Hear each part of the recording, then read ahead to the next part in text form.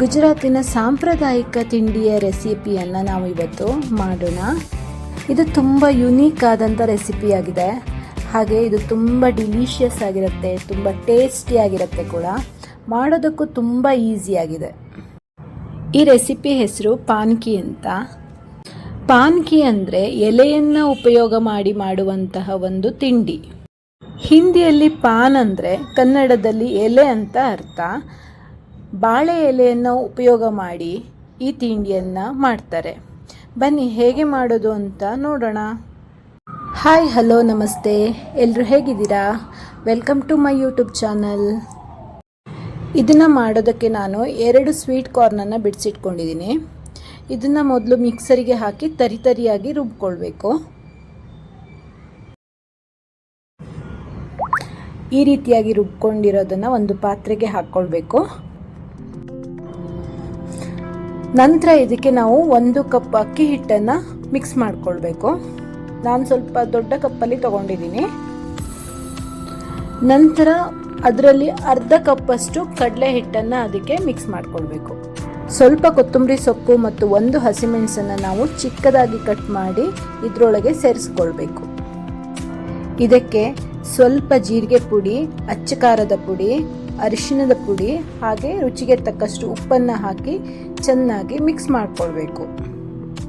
ಸ್ವಲ್ಪ ನೀರನ್ನು ಸೇರಿಸಿ ಇದನ್ನು ದೋಸೆ ಹಿಟ್ಟಿನ ಹದಕ್ಕೆ ನಾವು ರೆಡಿ ಮಾಡ್ಕೋಬೇಕು.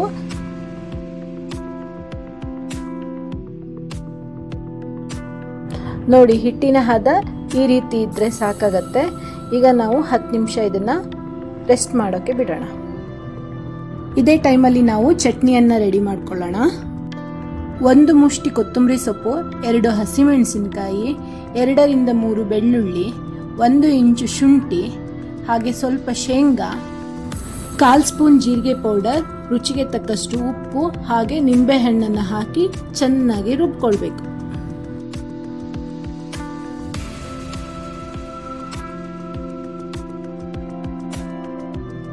ನೋಡಿ, ಇವಾಗ ಚಟ್ನಿ ರೆಡಿ ಆಗಿದೆ.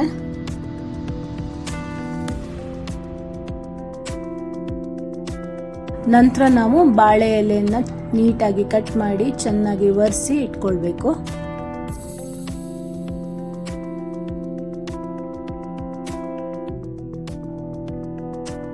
ನಂತರ ಪ್ರತಿಯೊಂದು ಬಾಳೆಯ ಮೇಲ್ಮುಖಕ್ಕೆ ನಾವು ಸ್ವಲ್ಪ ಎಣ್ಣೆಯನ್ನು ನಾವು ಈ ರೀತಿ ಹಚ್ಕೊಳ್ಬೇಕು.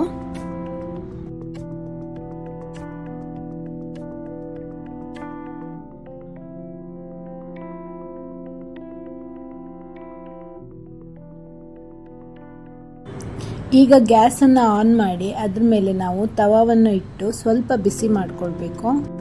ಸ್ವಲ್ಪ ಬಿಸಿ ಆದ ನಂತರ ಈ ರೀತಿ ಬಾಳೆ ಎಲೆಯನ್ನು ಇಟ್ಟು ಇದ್ರ ಮೇಲೆ ನಾವು ಹಿಟ್ಟನ್ನು ಹಾಕ್ಕೊಂಡು ದೋಸೆಯ ರೀತಿಯಲ್ಲಿ ಹರಡ್ಕೊಳ್ಬೇಕು.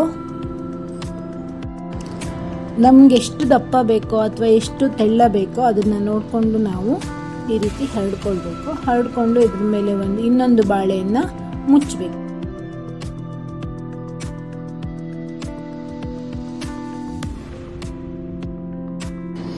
ಈಗ ಇದು ಒಂದು ಕಡೆ ಬೆಂದಿದೆ, ಇನ್ನೊಂದು ಕಡೆ ಬೇಯಿಸ್ಕೊಳ್ಳೋದಕ್ಕೆ ಇದನ್ನು ಮಗ್ಚಿ ಹಾಕ್ಕೊಂಡು ಬೇಯಿಸ್ಕೊಳ್ಬೇಕು.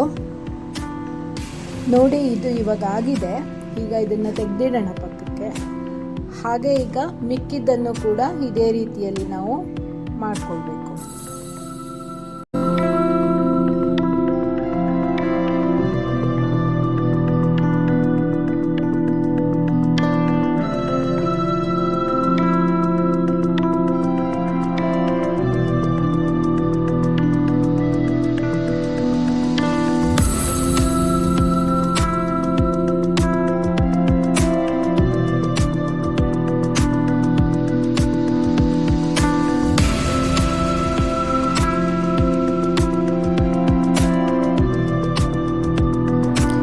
ಈಗ ರುಚಿಯಾದ ಬಿಸಿ ಬಿಸಿಯಾದ ಪಾನ್ಕಿ ರೆಡಿಯಾಗಿದೆ. ನಾವು ಬಾಳೆಯಲ್ಲೇ ಇಟ್ಟು ಕೂಡ ಸರ್ವ್ ಮಾಡ್ಬೋದು, ಹಾಗೆ ಬಾಳೆಯನ್ನು ತೆಗೆದು ಕೂಡ ಸರ್ವ್ ಮಾಡ್ಬೋದು. ನೋಡೋದಕ್ಕೆ ತುಂಬ ಯುನೀಕ್ ಆಗಿರುತ್ತೆ ಹಾಗೂ ತುಂಬ ಟೇಸ್ಟಿಯಾಗಿರುತ್ತೆ. ನೀವು ಕೂಡ ಟ್ರೈ ಮಾಡ್ತೀರಲ್ಲ? ಈ ವಿಡಿಯೋ ನಿಮಗೆಲ್ಲ ಇಷ್ಟ ಆದರೆ ಲೈಕ್ ಮಾಡಿ, ಶೇರ್ ಮಾಡಿ, ಕಾಮೆಂಟ್ ಮಾಡಿ, ಹಾಗೆ ಸಬ್ಸ್ಕ್ರೈಬ್ ಮಾಡೋದನ್ನು ಮರಿಬೇಡಿ. ಧನ್ಯವಾದಗಳು.